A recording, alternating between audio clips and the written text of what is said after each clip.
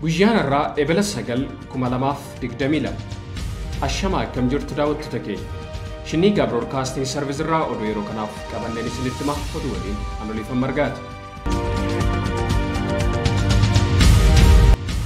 Caasaan mootummaa humna waraana bilisummaa Oromoo odeeffannoof loojistikiidhaan deeggaraa jiraachuu caffeen Oromiyaa hime.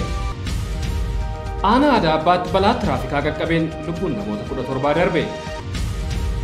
US gabaasa haleellaa dhalattoota Tigraay irratti raawwate jedhame hordofee yaaddoo ibsatte kunneen hangafoota oduu turanii gara bal'ina oduuttan isin dabarsa.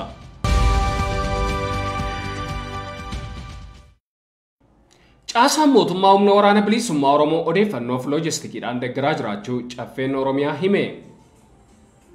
Koreen dhaabbii bulchiinsa seeraaf humna namaa hojii raawwii qaamolee nageenya Oromiyaa wayita gamaaggametti sochiin waraana bilisummaa Oromoo kutaalee armaan dura hin turretti babal'achaa jiraachuu qorateera. Koomishiniin poolisii naannichaaf waajjirri milishaa hojii opereeshinii waboo balleessuu itti jiran wayita dhiyeessanitti sochii hangammaa keessatti caasaan mootummaa naannichaa bakka hedduutti waraana bilisummaa Oromoo waliin dhaabatee jira jedhaniiru. Waraanni bilisummaa Oromoo odeeffannoo sochii opereeshinii humnoota mootummaaf deeggarsa meeshaa baay'ee qaamoleedhuma mootummaarraa argachaa oolaa jedheera. Uummanni caasaan mootummaa sadarkaan jirus opereeshinii waraanaa jedhametti amanee hakkan tumsine mirkaneessee jira madaalliin koree dhaabbii caffee kun. Kana malees opereeshinii kana irratti qindoominni caasaa mootummaa gidduu akka hin jirre kaa'eera. Hojiin siyaasaa guutummaatti nu harkaa ba'e kan jedhan qaamoleen nageenyaa caasawwan koomishiniif milishaan Oromiyaa kanaaf jecha poolisiif humni waraanaa wareegama guddaa kaffalaa oolaa akka jiru himan. Rakkoon keessoo armaan dura caasaa biltiginnaa keessatti dhalachaa dhufe sadarkaa hundatti kufaatii siyaasaa hordofsiiseera. Kufaatii siyaasaa waraanaa mo'achuuf kan socho'u gareen biltiginnaa waraana duguggaa sanyii Oromiyaa irratti labsetti milkaa'aa akka hin jirre ragaalee ba'aa jiranii fi sochii waraana lafarraatiin mirkaneessuun danda'ameera. Oduudhuma walqabatuun ammoo waraana bifa haaraan Oromiyaa irratti labsame hordofee lola kutaalee Oromiyaa garaa garaatti geggeeffamaa jiru irra aanaa jiraachuu waraanni bilisummaa Oromoo beeksiseera. Zoonii giddu galaatti lola dheengadda Salaalee Ona Dagam ganda Leemman Qarree Kooraatti geggeeffameen humna mootummaan sakattaawaa bobbobbaase 45 fixuuf hedduu madoona dhabuu beeksise. Waraanni mootummaa dabalataan gara aanichaatti bobbaafamaa turuu fi lolli itti fufuus odeessi maddeen waraana bilisummaa Oromoo ni mul'isa. Dubbiimaan idil addunyaa waraana bilisummaa Oromoo Odaa Tarbii guyyoota lamaaf lolli jabaan Ona Dagamitti geggeeffamaa turuu ibsaniiru. Wallagga Ba'aa Aanaa Sibusreef Wallagga Lixaa Aanaa Gullisoottis lolli jabaan geggeeffamuu ibsan. Iddoowwan lolli jabaan geggeeffamaa jiru kanneenitti bulchiinsa Abiyyi Ahmed lafoota waraanni bilisummaa Oromoo bilisoomse deebisee to'achuuf humna waraanaa guddaa bobbaasee jiraachuu himan. Lolli kun zoonii giddu galaaf lixaan alattis zoonii kibbaa godinaalee Gujii Booranaa akkasumas godinaalee kibba Ba'aa Oromiyaa iddoowwan garaa garaatti itti fufee jiraachuu odeeffannoon maddeen waraanaaf hawaasa irraa nu qaqqabe ni mul'isa. Lola geggeeffamaa jiruun waraanni bilisummaa Oromoo injifannoo jajjabaa argataa jiraachuu fi dargaggoon Oromoo qe'ee isaatti waraana mootummaan adamfamu bal'inaan gara qabsoo hidhannootti makamaa jiraachuutu himama. Caasaa nageenyaa mootummaan bobbaasu keessaas hedduun gara waraana bilisummaa Oromootti makamaa jiraachuu odeeffanneerra. Mootummaan biltiginnaa gama isaatiin opereeshinii farra riphee lolaa labseen waraana bilisummaa Oromoo dadhabsiisaa jiraachuu ibseera. Finxaaleeyyiin Amaaraa Karrayyuutti nama tokko ajjeesuun loon uummataa 78 saaman. Finxaaleeyyiin Amaaraa Karrayyuutti nama tokko ajjeesuun loon uummataa 78 saamuu jiraattonni himatan. Ebila 8,2022 faannoon Amaaraa naannawaa Karrayyuu Aanaa Booset bakka Nyaafroo jedhamutti dhukaasa uummata nagaa irratti bananii nama tokko yoo ajjeesan loon 78 uummata jala saamuu maddeen nuuf himan. Dhukaasa baname sana dhaga'uun uummanni naannoo sanaa waliin birmachuun loon uummataa finxaaleeyyiin Amaaraa saamanii deemaa turan irraa deeffachuuf yeroo yaalanitti waraanni mootummaa biltiginnaa raayyaa ittisa biyyaa jedhamanii fi kaabinoonni naannoo sanaa faannoo Amaaraa irra goruun meeshaa uummata irraa hiikuuf yaalan jedhame. Haaluma kanaan uummata birmate keessaa nama tokko irraa meeshaa hiikkachuus odeeffanneera. Mootummaan biltiginnaa yeroo maqaa opereeshinii farra riphee lolaa jedhuun lola saba Oromoo irratti labsee ajjechaaf fedhaa uummata nagaa irratti raawwachaa jiru kanatti gama biraan ammoo faannoo Amaaraa hidhachiisuun Oromiyaatti bobbaasee uummata Oromoo gidirsaa jira. Aanaa Aadaa Abbaatti balaa tiraafikaa qaqqabeen lubbuun namoota 17 darbe. Godina Arsii Lixaa Aanaa Aadaa Abbaatti balaa tiraafikaa qaqqabeen lubbuun namoota 17 darbuun ibsame. Godina Arsii Lixaa Aanaa Aadaa Abbaatti ganama har'aa naannoo sa'a 4 walakkaa irratti balaa konkolaataa suukanneessaa mudateen lubbuun namoota 17 darbuun gabaafame. Konkolaataan deddeebisa uummataa magaalaa Roobeerraa imaltoota fe'ee gara magaalaa Shaashimannee imalaa ture. Balaa tasaa mudateen konkolaachisaaf gargaaraa isaa dabalatee lubbuun namoota 17 darbuu waajjirri poolisii aanaa Adaabbaa beekseera. Konkolaataan kun imaltoota 17 fe'ee gara Shaashimannee osoo imalaa jiru qilee keessa seenuun balaa suukanneessaa qaqqabee lubbuun namoota 14 battalumatti yoo darbu namoonni kaan yaalaaf erga gara buufata fayyaa Adaabbaatti fudhatamanii booda lubbuun isaanii darbuu itti gaafatamaa waajjira poolisii aanaa Adaabbaa Kumaandar Abdurraashid Wooyyoo himaniiru. Balaan kun kan mudate saffisa guddaan konkolaachisuurraa akka ta'es beekamee jira. Itoophiyaatti yeroodhaa gara yerootti balaan tiraafikaa akkaan baay'achaa kan jiru yoo ta'u sababni ammoo rakkoo ga'umsaaf naamusa konkolaachiftootaa akka ta'etu himama. Mootummaan tajaajila quunnamtii mara irratti cufuu fi misooma bu'uuraa irraa kutuun uummata aanaa ebantuu beelarra buusaa jiraa jedhan dhalattoonni aanichaa. Godina Wallaggaa Bahaatti kan argamtu aanaan ebantuu waggoota lamaan darbaniif rakkoo nageenyaa hammaataa keessummeessaa jiraachuu odeeffannoon jiraattota aanichaarraa arganne ni mul'isa. Rakkoo nageenyaa aanichatti mudatee walqabatee hawaasni gaaga'ama hedduuf saaxilamaa tureera. Yeroo ammaa immoo ulaan martitti cufamuun tajaajilli misoomaa bu'uuraa martirraa dhaabbatanii haala hammaataa keessa bu'eeraa jedhu dhalattoonni aanichaa haala hawaasni isaanii keessa jiru ibsan. Jiraataan aanichaa haala maatiinsaaf hawaasni aanichaa keessa jiru ibse tokko akka jedhutti uummanni aanaa ebantuu tajaajilli ibsaa bilbilaaf intarneetii erga irraa citee waggaa caaleera. Daandiin tokkichi magaalaa Naqamteerraa gara aanaa ebantuu geessus erga cufamee ji'oota 8 lakkoofsiseera. Zayitaaf sukkaara dabalatee meeshaaleen bu'uuraa jireenya dhala namaatiif barbaachisan gara aanaa ebantuu akka hin seenne daangeffameera. Hawaasni akka garaasaa gabaa ba'ee bitachuuf daldalachuu danqameera.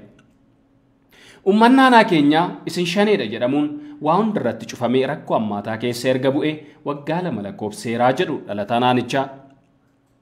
Uummanni keenya ta'ee jedhamee balaaleffamaa jira ka jedhan madda odeeffannoo kun qaamni aangoorra jiru yakka namummaa daangaa darbe hawaasa aanichaa irratti raawwataa jiraachuu ibsan. Haa ta'u malee marfamni uummanni kun keessa jirus ta'es yakki namummaa itti fufiinsaan hawaasicha irratti raawwatamaa jiru xiyyeeffannoon arganne.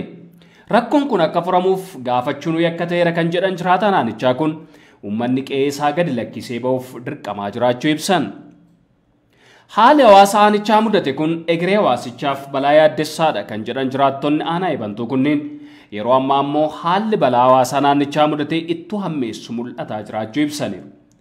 Qaamni aangoo harkaa qabu riphee lolaan balleessa jechuun waraana guddaa Oromiyaa irratti labsee wal qabate humni waraanaa guddaan gara aanaa ebantuutti bobbaafamaa jira.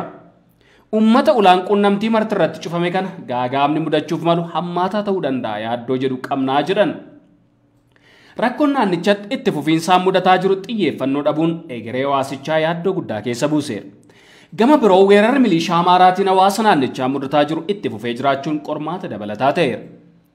Uummanni Oromoo roorroo isa mudatu callisaa walirratti ilaaluu hin qabu jedhu dhalattoonni naannoo rakkoo mudateef xiyyeeffannoo kennuun hawaasni addunyaa yakkoota waraanaa Oromiyaa keessatti raawwatamaa jiran irratti akka xiyyeeffatuuf sagalee walii ta'utu barbaachisaan dhaamsa isaaniiti.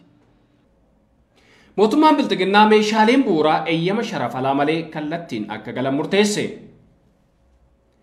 Ministeerri maallaqaa Bilxiginnaa muddama qaala'insa jireenyaa biyyattii mudateen sardame meeshaaleen bu'uuraa kanneen akka zayita nyaataa, qamadii, sukkaaraa, aannan daa'immaniif ruuziin eeyyama sharafalaa malee kallattiin karaa koomishinii gumrukaan akka galan murtaa'uu beekseera. Mootummaan Bilxiginnaa qaala'insa jireenyaa yeroo ammaa kana mul'achaa jiru tasgabbeessuu fi lammiilee Itoophiyaa eeyyama jireenyaa biyya alaa qaban hedduun qooda mataa isaanii baachuu akka danda'aniif eeyyama mirgaddaa Firaanko Vaaluutaa akka eeyyamamuuf gaaffii dhiyeessaa turan bu'uureffachuun murtii kana murteessuu ibseera. Qaraxaaf taaksii ilaalchisee akkaataa ministeerichi xalaa gaafa guyyaa 22/3/2013 barreesseen dhimmi kun akka raawwatamu raawwii isaa ilaalchisee qaamolee dhimmi ilaallatu waliin hordoffiif to'annoo cimaan akka taasifamu murteesseera. Mootummaan Bilxiginnaa waraana biyyattii keessatti qabsiisee hordofee sababa waraanaan qaala'insa jireenyaa yeroo ammaa lammiilee biyyattii hubaa jiru fooyyessuuf taatee raawwatee hin beekneef ni raawwata jedhamee yaadamni gochuu isaatu gabaafame. US gabaasa haleellaa dhalattoota Tigraay irratti raawwate jedhamee hordofee yaaddoo ibsatte. Mootummaan Ameerikaa haleellaa saba irratti xiyyeeffateef dhalattoota lixa Tigraay jiraatan irratti humnoota Amaaraan raawwataman jedhame hordofee yaaddoo ibsatte. Roobii darbe dhaabbileen mirga namoomaa Human Rights Watch fi Amnesty International gabaasa waloo baasaniin dhalattoota Tigraay irratti saba dhabamsiisuun raawwataa jira jechuun ibsan. Himannaa kana bulchitoonni naannoo Amaaraa kuffisaniiru. Bakki dhalattoonni Tigraay haleellaan irratti raawwate jedhame lixa Tigraay kan uummata Amaaraa Walqaayittiif Xagadee jechuun waamuu fi kana dura bara TPLF aangoo Koreena duraa fudhate malee kiyya jedhuttidha. Waraana kaaba Itoophiyaatti waggaaf ji'a ja'a dura eegalee booda garuu bakkee kana humnoonni Amaaraa to'atanii jiru.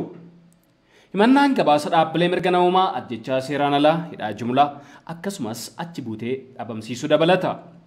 Gabaasaaleen kun gabaasa isaanii keessatti mootummaan federaalaa badii raawwate keessa hirmaatuun oolle jechuun ibse. Mootummaan federaalaa gabaasicha booda ibsa baaseen gabaasa dhaabbilee kanaa bu'aan buusuu jedhe garuu immoo himannaa dhiyaate cimseen qoradha jechuun ibse.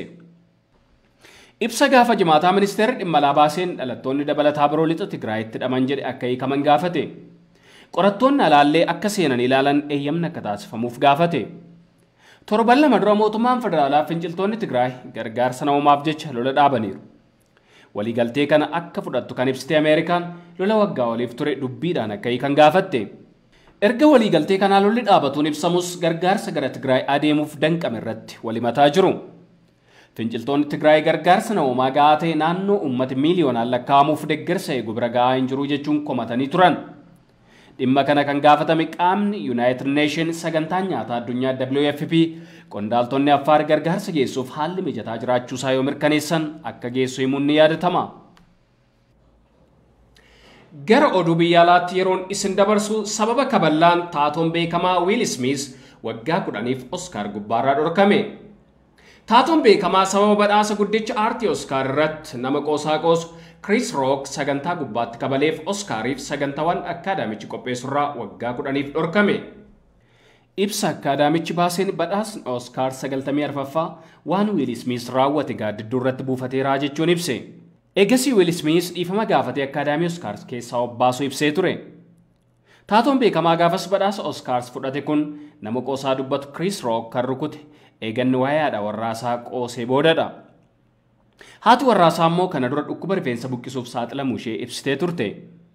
Badhaasi gaafas Will Smith fudhate fiilmii King Richard jedhamuu fi abbaa taphattoota teenisii Veesiif Seerana Williams bakka bu'ee taphatuuni.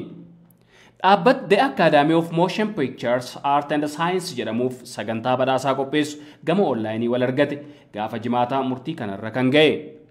Murteen kunis kanneen waltajjii gubbaa sagantaa dhiyeessanii fi keessummeessitootaaf eegumsa taasisuuf akkasumas akkaadaamicha irratti amanteen akka dabaluufi jedheera ibsa keessatti.